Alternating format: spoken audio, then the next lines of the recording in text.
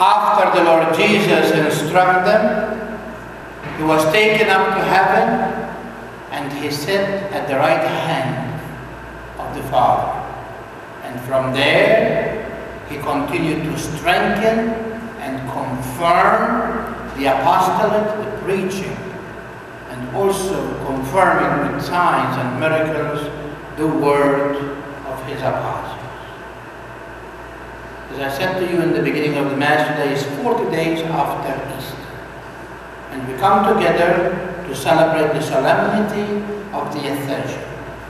When Jesus, after he came from heaven and he lived a life by which he proclaimed good news to us that he received from the Father, by his suffering and death, by his rising from the grave, and by his ascension into heaven, he fulfilled the plan of the Father.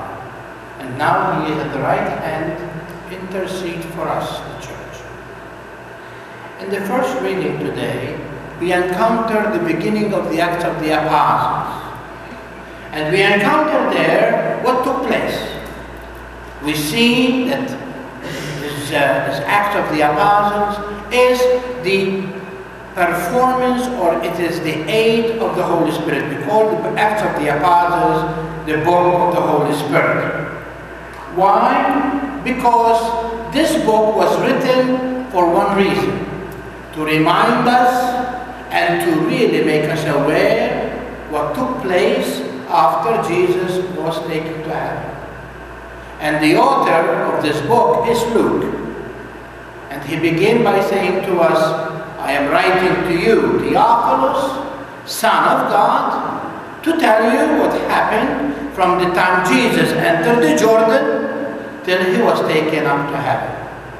And then come the mandatum. And the mandatum is that while Jesus was taken to heaven, the angels said to the apostles, Men of Galilee, what are you doing here? You have a job to do. Go and make him known.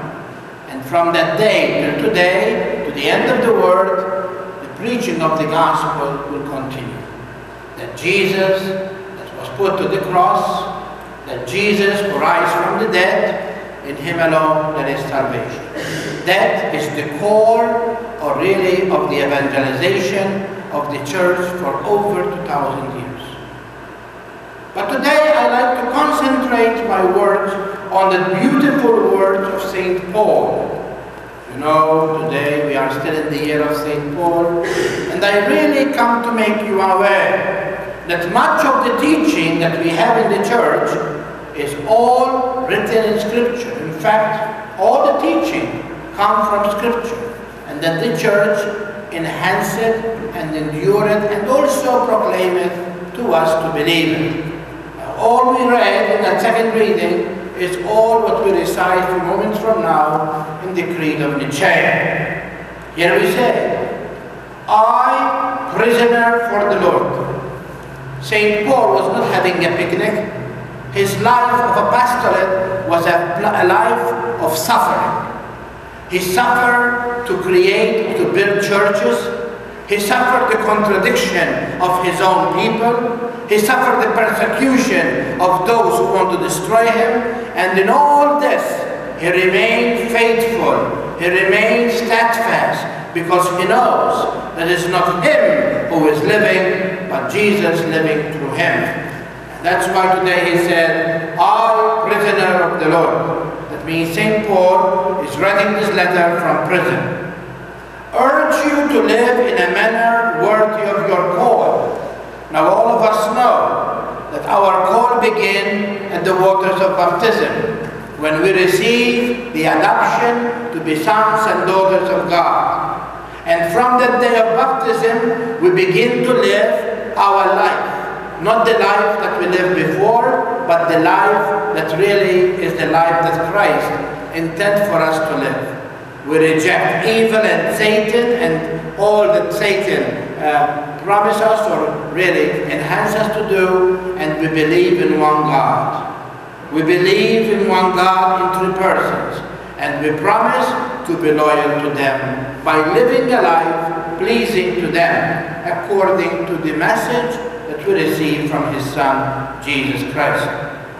What kind of call? You have received with humility and gentleness.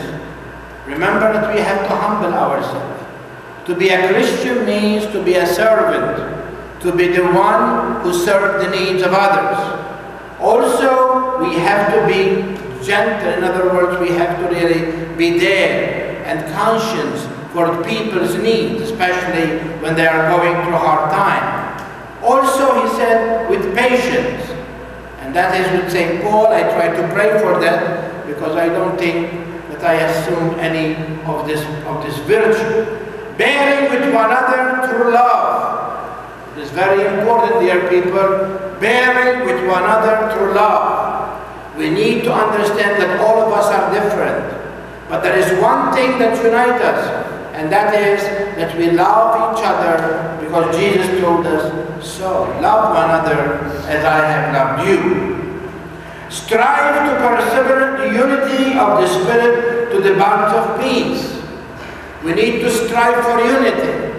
As soon as there is division, or there is even some thought of division, or some even the spell of division, we need to shy away from it. We need to get away from it. Don't tell me, Father, I want to know what's going on, because then you are part of it. If you are not part of the solution, you are the problem.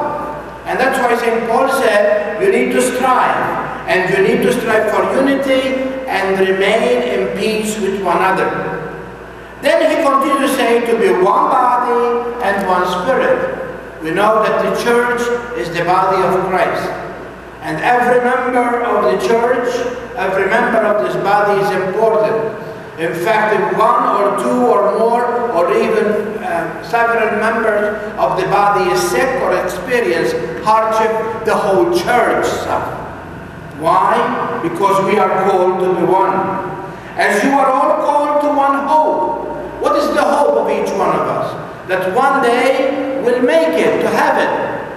That one day we will be with Christ. As we say in the opening prayer, He is our hope and our destination. That is the hope. Where He is, we hope one day will be.